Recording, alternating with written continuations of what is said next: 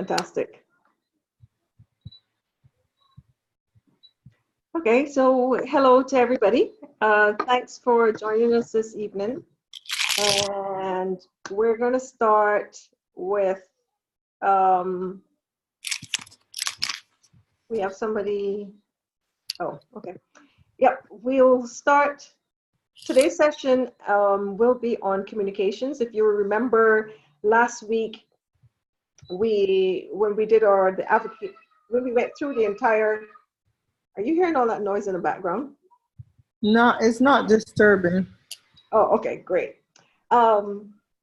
When we went through the steps in the advocacy strategy, we covered communications.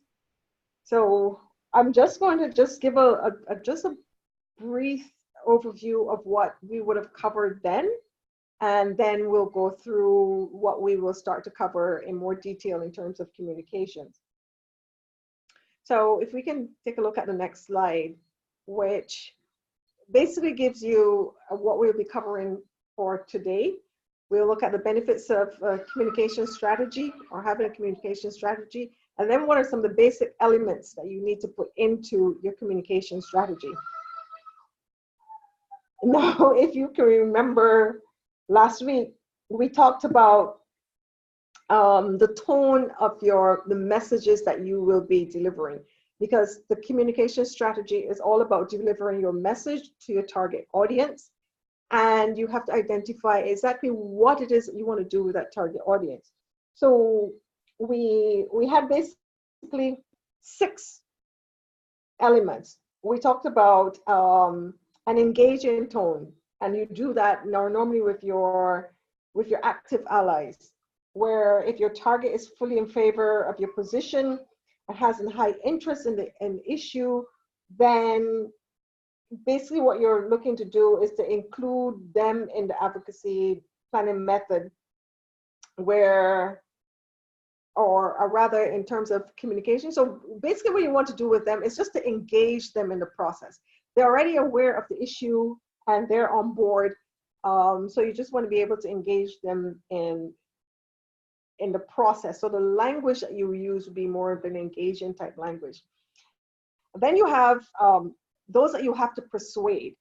And those are the ones who they're aware of the issues, but really can't be bothered to activate themselves. They're in favor of your position, but they just need that extra oomph in order to get them going. And so there you will want to be able to use a tone that is a more persuasive tone. And then you have those people who are just neutral. You know, they don't have an opinion one way or the other. And then the language that you want to use be more convincing in this case. And then you'll want to also be, in terms of monitoring the messages, for monitoring what we would consider to be your passive opponents. So these are the ones who may have something to lose because of the position that you're taking.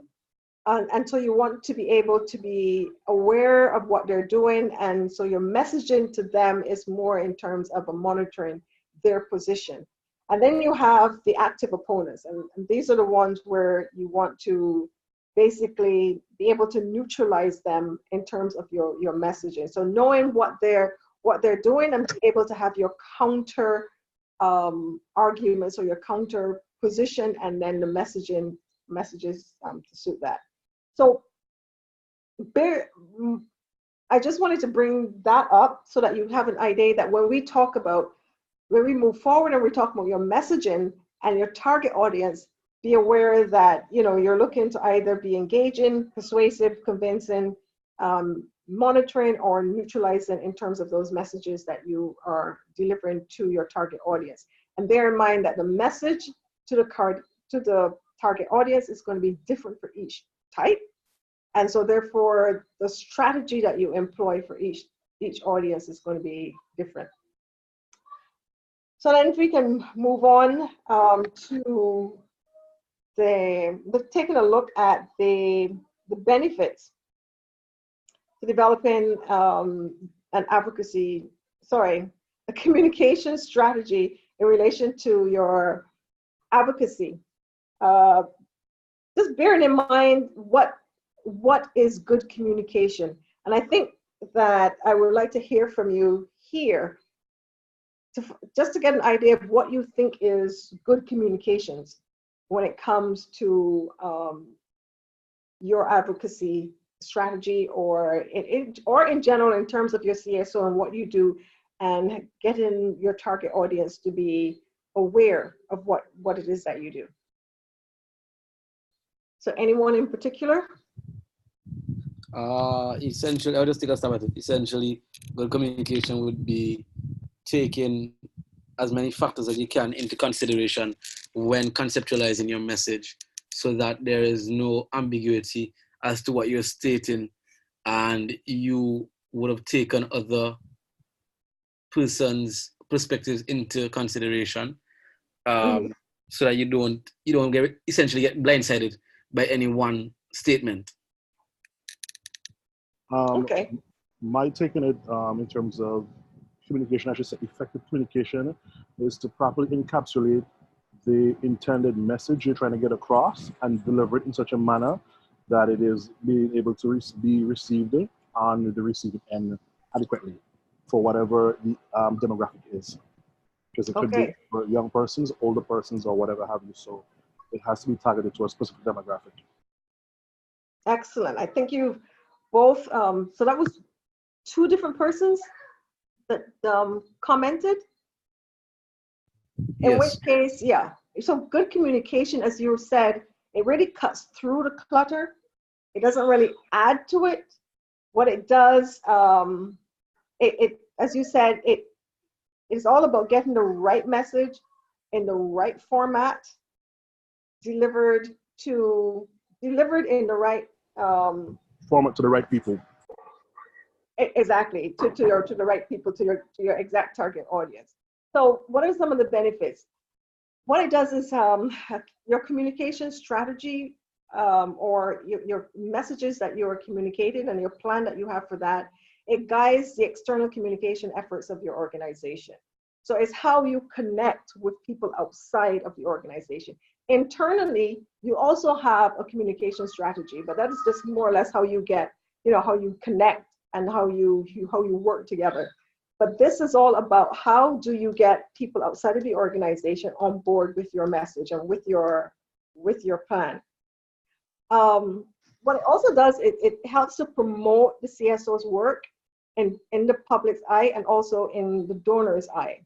And that's also very, very important, because when people hear about you once they're aware of what you're doing, then that adds a lot of credibility to what you do as well. It also assists the organization in, as you said, tailoring your message to the specific audience, because you have to be able to, when we talked last week about identifying your target, that is very, very important. And you need to know a whole lot. You have to get a lot of information about your target audience, what their values are, what is very important to them, because that message has to connect with that. And we'll get to that as we go through. It also identifies which outreach and marketing materials, the medium, etc. are you going to use? Are you going to use traditional methods? Are you going to use social media? Are you going to use the internet more so than you're going to use traditional methods? Being able to know what your target audience is about then allows you to tailor that message a whole lot better. Next one. So as I said, your communications campaign and how you go about it, how you make people aware of what you're doing, helps to build the public trust and credibility. It also helps your organization have a stronger reputation or a stronger record or reputation for action. And also in terms of being able to assist or help for you to work on the issues that you have identified and to get attention based on those issues. The communication strategy has to be tightly linked with your overall advocacy strategy, because that's the way that once you're developing your advocacy strategy, you develop your goals, your objectives, and you develop your indicators. And so the same thing you have to do with your communication strategy, and those also need to reflect on what is there in the advocacy strategy. How do you let people know that you've achieved, your short-term objectives, your long-term objectives, and what impact have you been able to have on your target audience in terms of the particular issue that you are you're developing that whole advocacy strategy for. Next one.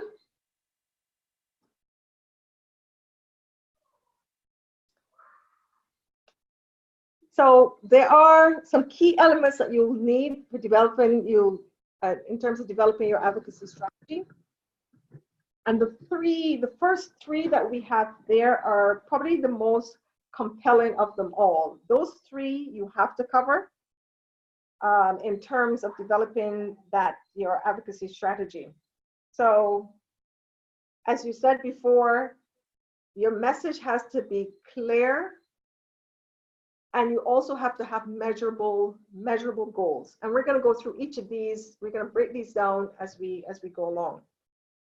As well, you have to be able to, know your target audience, and the message that you deliver, it has to be compelling, and it has to connect with that particular audience. So if you don't do anything else, then those are the three key areas that your communication strategy have got to address. Everything else that we're going to mention more or less supports or help you develop those three key areas. So what else do we have? You have to also have a plan. You have to have start with a systematic planning. You have to be able to review and revise that planning as you go along, because nothing is static. You may come across a roadblock, and so you need to go back and look at your goals, see how they fit within the overall advocacy strategy, and just so you may need to just not necessarily shift or shuck your goals, but be able to determine whether or not you need another step before you actually move on to achieving those goals. So that is why there's always a monitoring and evaluation process involved in any strategy that you develop. The fifth one, you need to tell your audience what it is that you want them to do in terms of your target. How do you want them to do it? Why you want them to do it? And the when is also important. Okay, you're the one developing the advocacy strategy. You have all the background information. You need to inform, and these are the people that you're trying to bring on board. You need to give them, in your messaging, you need to be very clear. As well as you need to be able to make a case for why the action has to be taken now and not 2 years later. Maybe there's a global issue to be addressed, and so you're meeting those deadlines, as you mentioned last week.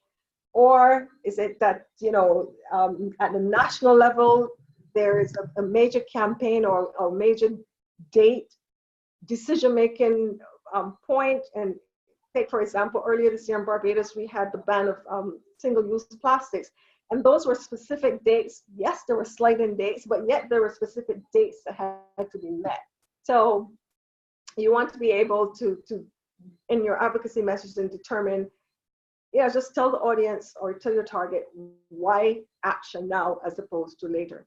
Then you also need to be able to match the strategy and the tactics, as we said, to the audience, and your budget is very, very important. You need to be able to make sure that you have a budget to ensure that you execute that strategy effectively, because it will have implications for your overall advocacy strategy.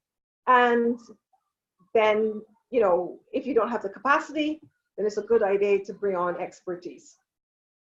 So let's start with the first one. which is developing those clear goals and making sure that your the progress is measurable. So a successful campaign always begins with very clear, realistic, and measurable goals and objectives. Similar to what we said in terms of the advocacy strategy.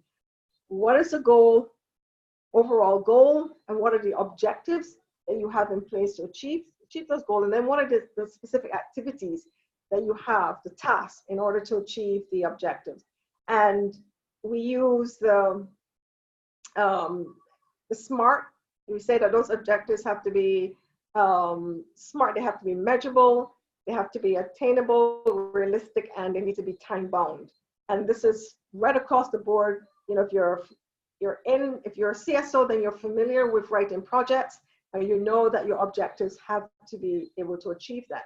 And one of the things about having your objectives with some kind of indicators associated with it is then it helps with your monitoring and evaluation as well. When you monitor for the progress that you've made, and then you monitor for the impact that has been made, it's all based on those indicators of success associated with the objectives and the overall goals. The next one is taking a look at identifying your target audience and the segmentation of that audience. Okay, it will not be, you may be, as it says here, you're never really trying to reach the general public.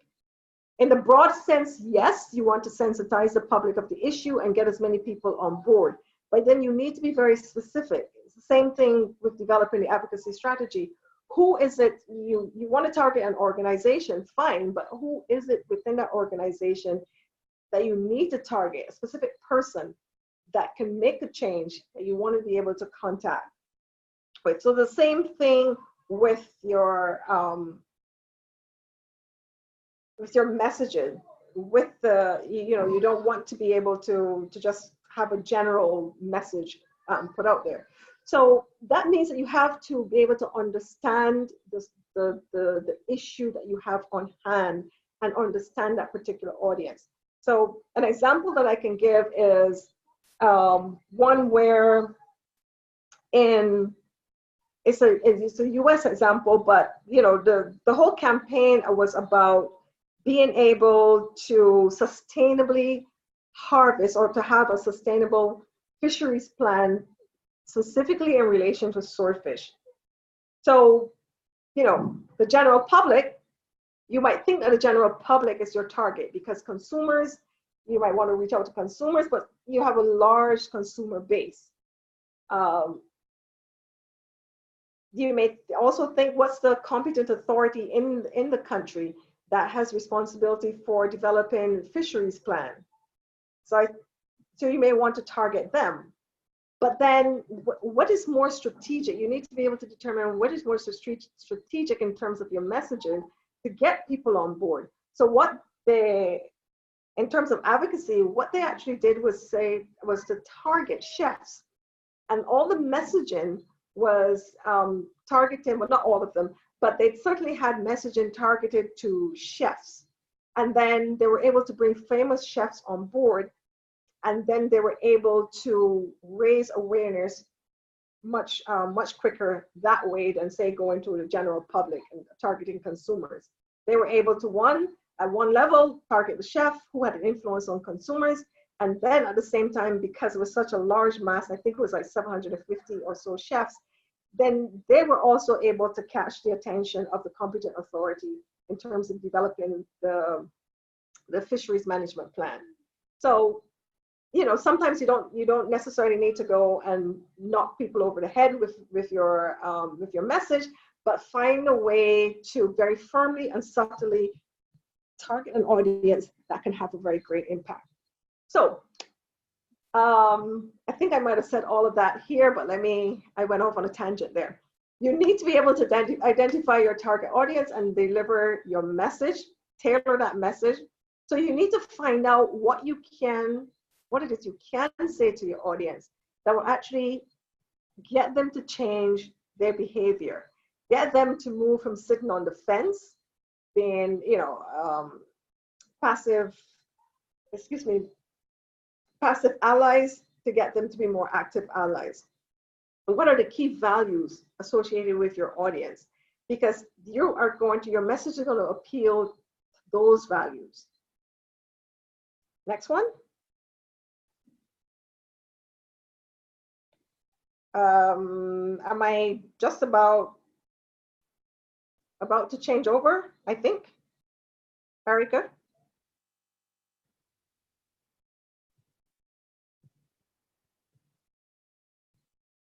Sorry. It was on. Yes. No problem. So I take over from here. So in terms of the messaging and this idea of remaining targeted, you have to find a way of communicating effectively. In terms of keeping it simple, yes, but this thing about an emotional connection, to have a responsive audience, you need to ensure there's empathy or at least sympathy with the cause. Sorry. So you have to know the audience, and you have to figure out how do I get them on board. So if it's something about okay, the environment, there's the fact that there's a lot of campaigning now to do with all aspects of the environment and maintaining the environment. But you may very well find that the audience has a little fatigue. They're hearing this over and over and over. Okay, yeah, I get it, but always. So how do you ensure you're able to touch them emotionally, make them connect with the message?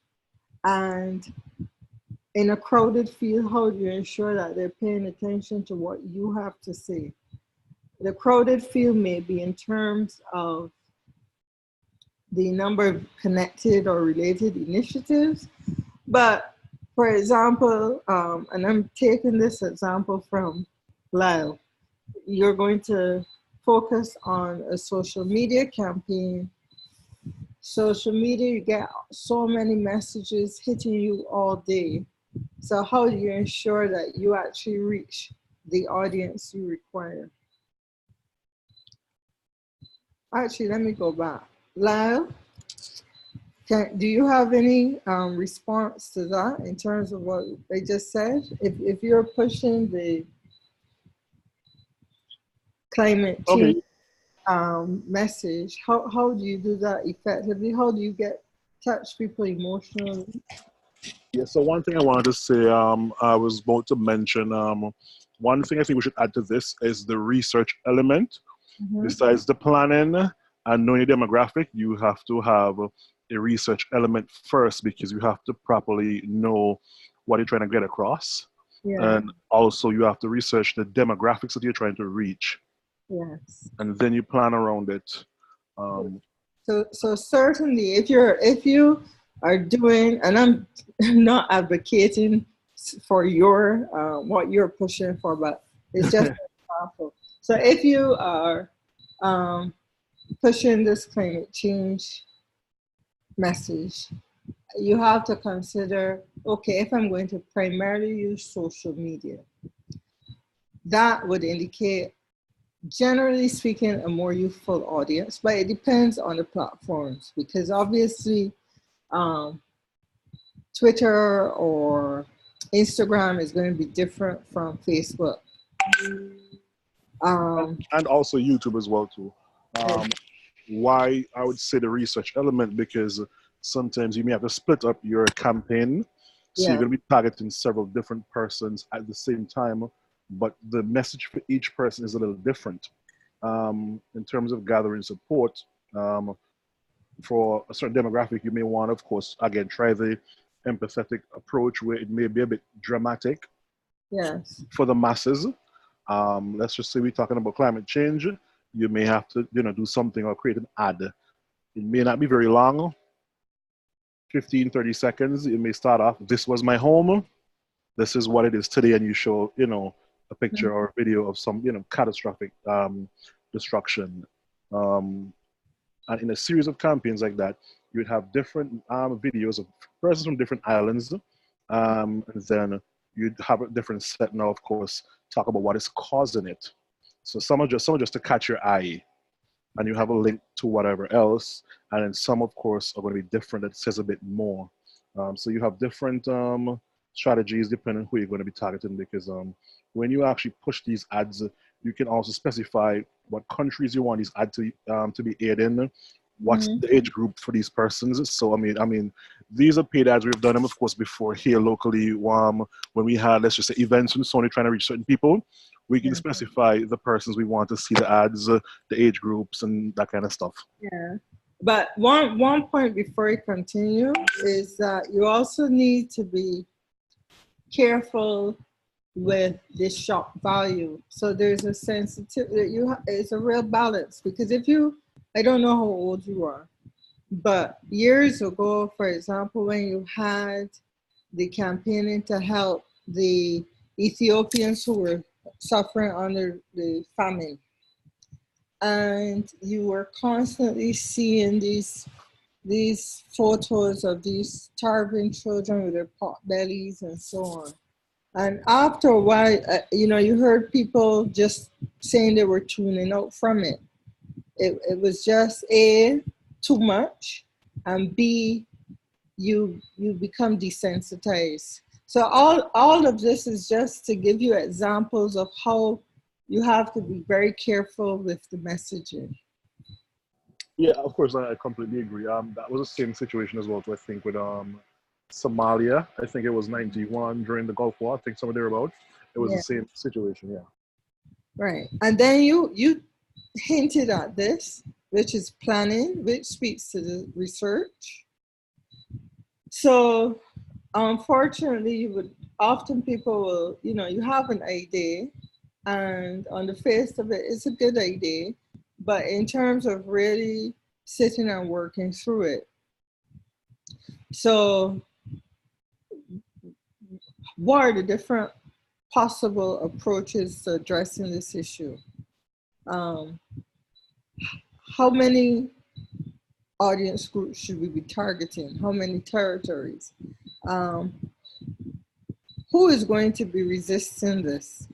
And how are they likely to respond? What are our damage control plans if something goes wrong, if we get a negative response, etc.?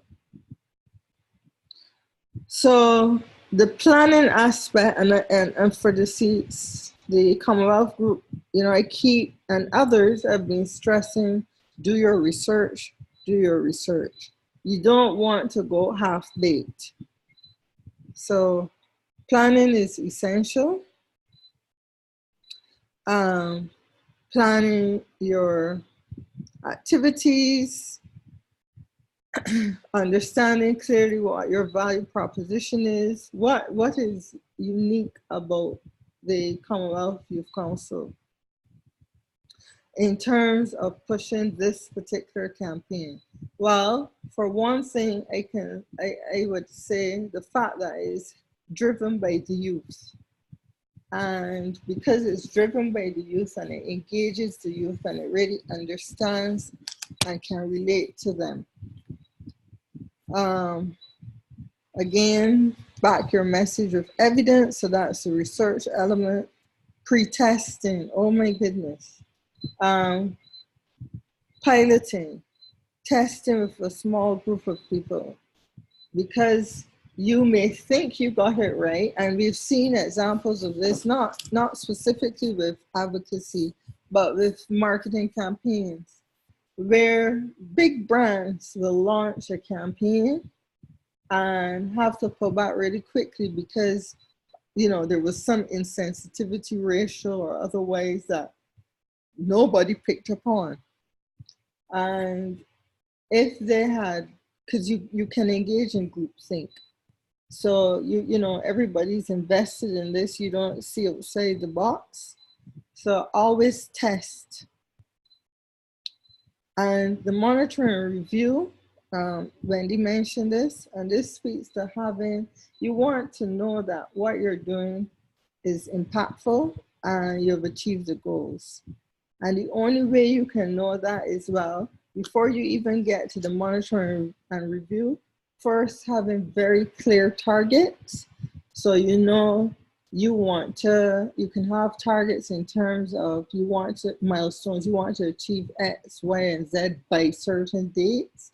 You want to reach a minimum audience of, 250,000 youth be under the age of 25, whatever. The point is you need to be clear about your targets, and then you have to have a mechanism to measure and review.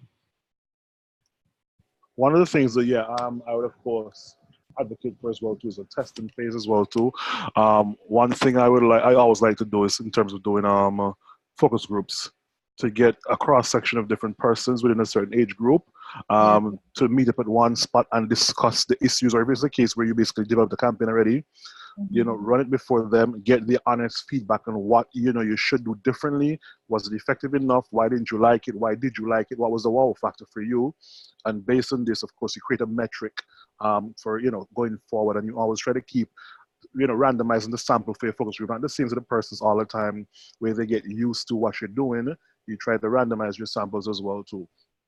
Well, certainly focus groups and pilots allow you to better understand the audience, and as you said, to figure out how impactful what you're planning to do is. So I agree totally.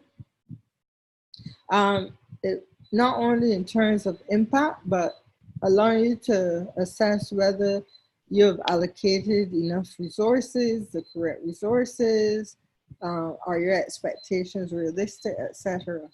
So all of that is actually part of the planning process, and building in your monitoring and evaluation. So you do your pilot, you do your focus groups, whichever or both, whichever approach you decide on. But importantly, you have to have something to measure. And that leads into this next point. What are you expecting out of this? What do you want of your audience, and what do you expect of this whole campaign?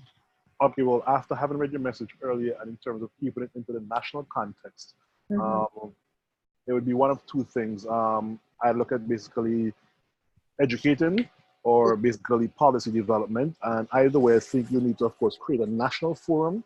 So when it's a build up to a national forum where you engage persons. So let's just say we want to have a national forum on, let's just say, March of next year.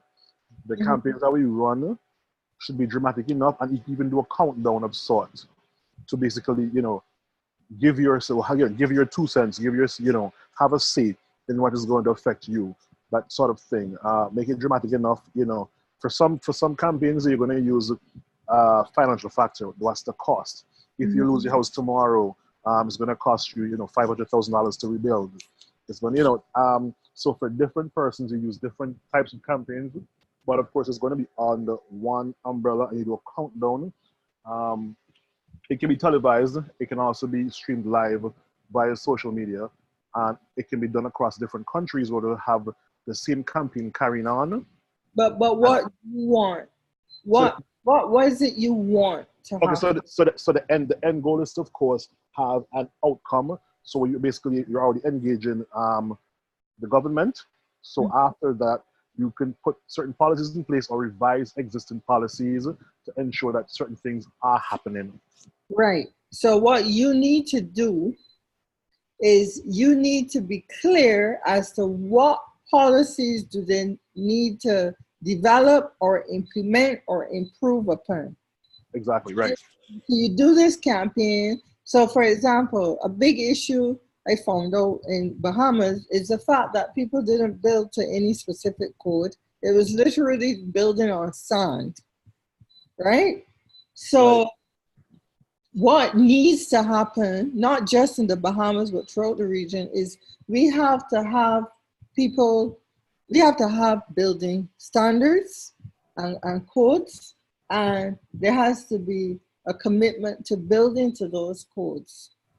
So this is, again, is just an example. So the end result may be that in each of the countries, the CYC targets, by within the next 2 years, there is an up to standard building code enforced. Right. Erica, I agree. can I add to this? No.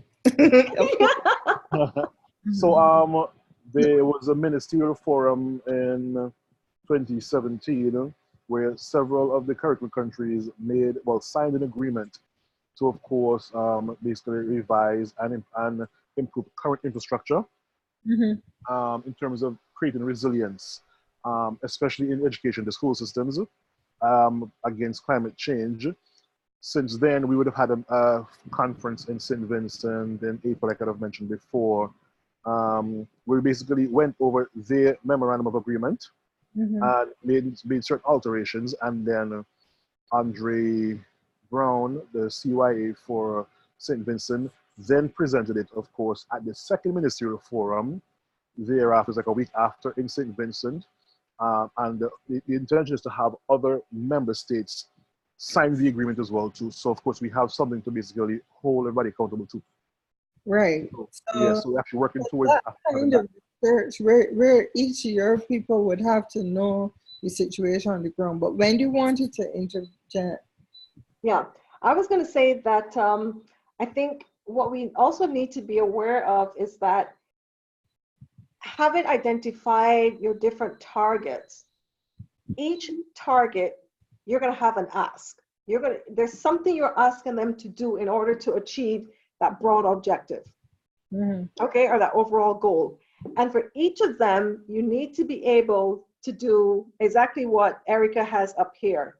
So I'm going to leave it for Erica to go through that. But the point is that even though what you want to happen is your overall goal for your advocacy strategy, each audience, each target is going to have an action. What is it that you want them to do? So is it that you want this person to get you to speak to a decision maker? Maybe that's the only thing you want them to do, but that has to be defined as well. They need to know what it is. So it's not only in terms of that broad goal, it is getting you there, but each way and each target along the way has to have that ask as well. What is it that you want them to do? So I'll leave it to Erica to continue. Yeah, I only kind of made it broad because they're different territories and some persons would not be, of course, at the same stage as we probably would be. So that's why I mentioned several different things. I think for us in Antigua, it'd be more or less of improvements in probably enforcing. For others, the policies probably would not be in place as of yet. And therefore need to probably develop, sensitize first and then develop and then enforce, implement and enforce. So that's why I mentioned several things because there would be several different countries in the group and they would have to do different things for different countries. All right, but look, well, first of all, just to say, since it's a CYC's regional and you only have one campaign, you would need to figure out how you're going to do that in a balanced way so everyone benefits. But for the groups, when you have done identify your priority issue, you've worked through your problem tree, you've worked out your solution tree. Then this wasn't done as a worksheet, but this could be useful as you start building out your communication strategy. So you know who the target is. In this case, is Ministry of Foreign Affairs. You know your approach. Here, you're trying to convince some action, convince him or her to undertake some action, and you know your messaging. So here, you can read it after, but The challenge concerns the high levels of AIDS-related deaths among adolescents. And then they speak to what the action is they're seeking to be done and the result that's being sought. This is very simply laid out. So as you move through from worksheet 1, problem 3, solution 3, etc., I'm saying that this, you could just follow this very simple template to start figuring out your communications plan. Okay. Your message to your target audience should identify the issue. It should state clearly what you want the target audience to do, or the persons, and the expected impact. So you have to make the case. So why do you need action now? Well, if we don't take action now, in 5 years, the Caribbean may not exist. The public, the audience you're targeting, needs to know what to do, how to do it, and why they need to do it now. So why do we need to start building to code now? What do you need to do? Build to code. How do you do it? By following an agreed standard. Why now? Because the category 2, 3, 4, 5 hurricanes are devastating us. There are certain decision points in that. So to get to having an enforced up to standard building code, obviously there will be a number of steps to get you there.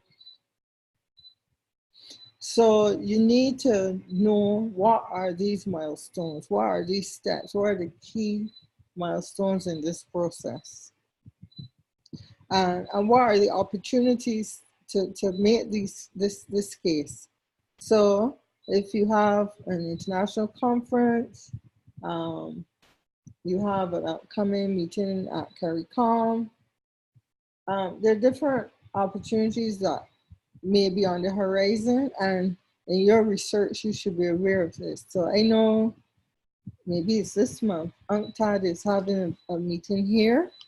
That may be an opportunity. It's not, obviously for you, you wouldn't be ready for it, but I'm saying if I was planning a campaign, those sorts of activities I would have to be aware of. I would need to know CARICOM's calendar of meetings and events, etc., so that you can target accordingly. Match your strategy and tactics to your target audience. Think about who we're trying to reach and how best to do it. So we were talking about that when we talked about the different social media campaigns, for example. Think of all the ways to reach the people you need, then decide which best fits your resources and goals. Planning. For those of you who have been sitting in my sessions, I keep emphasizing sustainability, because far too often, limited planning, and you start off very well, but very quickly fizzle out. New methods, new innovative methods. So right now, everyone focuses a lot on social media, but there may still be, some other ways that you can effectively reach audiences, including things like co-marketing. So if you are doing, I don't know, climate change, you may find it's possible to link up with, I don't know, like in Barbados, we have a company called Solar Dynamics, which does the solar heaters, water heaters. They may be a good partner, and they may also have allow you access to resources, or I don't know, it may be a nursery, because they having plants and trees and so on helps the environment. So it may not be, you know, your typical straight line connection, but there may be opportunities for innovative partnerships, etc. And that allow you access to resources, but also access to audiences, especially if you can work with an established brand. When I say an established brand, I mean an entity that has a reputation and an audience and so on that you can tap into. Oh dear, budgeting. This first point, budget realistically. Budget realistically. To budget realistically, you have to really understand the activities required. And this is really based on research. If you don't do proper research, then you find out, oh wait, well, we didn't think about that. And then you realize you don't have the money. So, excuse me. So before you get to the activities, the best way to use your resources and all that, I would say budget realistically is absolutely key. And you'll see that work with allies to leverage resources. There are always, and again, Lyle pointed this out last night, there are always opportunities for partnerships, and resources may not be financial. Resources may be technical or otherwise. So budgeting, as you would know, is an integral part of the planning process. So when you develop your plan, just ensure you don't leave the budget as a last minute addendum. And finally, know your limitations. So if you know that you don't have the required resources internally, or the required expertise, you have to plan for that financially and otherwise, or in terms of looking for the appropriate partnerships, etc. But don't launch a waste of time program. You want to do it properly, so you need to know what type of expertise and resources will this really need to happen, and you ensure you have access to those resources. And that is a day-to-day reality for me.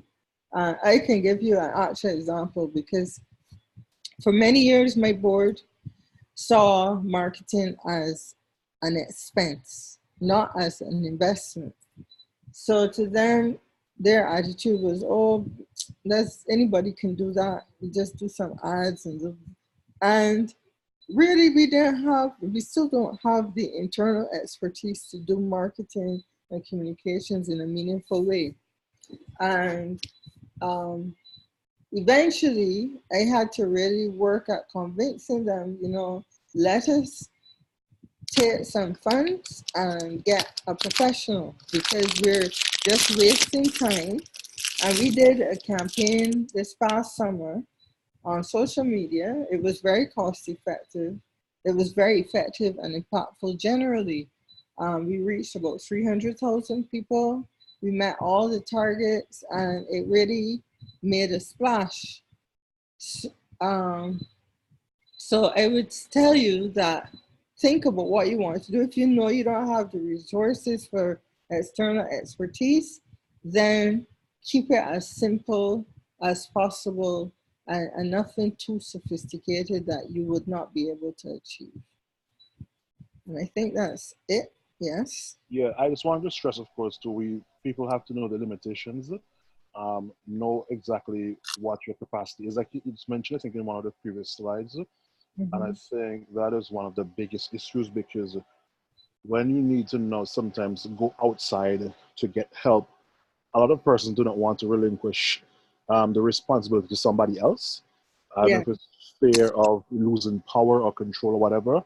And I think that's one of the major setbacks where persons lack certain technical skills in certain aspects. And I mean, like I always tell persons, you can't know everything. I may be good at, writing the book. Somebody's maybe good at fixing a car. And there's no way I will know how to fix a car if that is not what I studied or what I'm into. So therefore, if I require, my project requires us fixing the car, we must go to an expert in that field, and he in some way must be responsible for that. But that's also, I think, a dilemma that relates to, especially with volunteer type organizations and founders. So you're passionate about something, you start an organization, you volunteer a lot of time and energy, and you take it from A to B to C. And there's that connection that people find hard to break. So as the organization grows and requires other things, it's difficult for some to make that transition. Yeah, yes, I completely agree. I think it requires a certain level of maturity that a lot of persons lack, and they, I guess, do not, come to the reality that, okay, you have basically peaked out in terms of your capability, and if it is that the project or the organization has to go further, it then needs to move on from your hands and pass on to somebody who has the capacity to take it further. But this is where, when we did a session on governance, right, and having a well-governed organization, this is where the governance issue becomes important. So for an organization to be able to grow and achieve certain goals and so on, it has to be governed in such a way as to allow for that.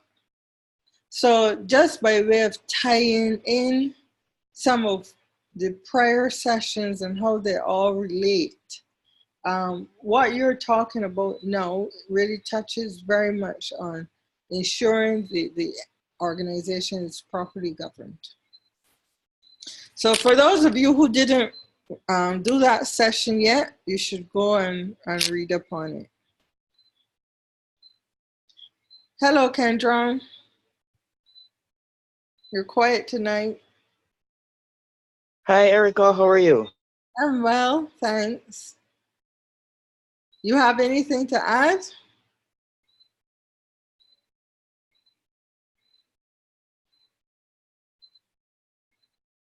Okay. Any other comments? No. Hi, Erica. Can you hear me? Yes, we can hear you, Kendron. Oh, hi. Okay. Have anything to add, Kendron? No, everything seemed crystal clear so far.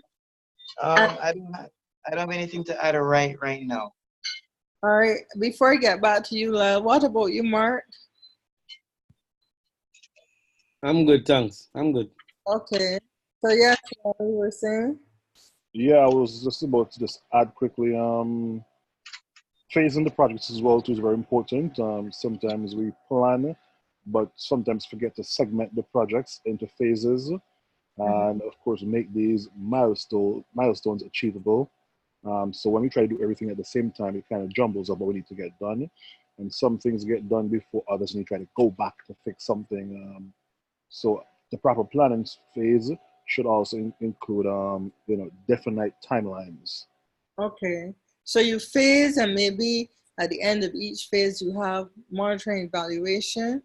And Correct. understanding that it can be a bit iterative. So sometimes there are things that you have to go back to, etc. But if you build in the monitoring evaluation, it would allow you to do that more efficiently. Correct.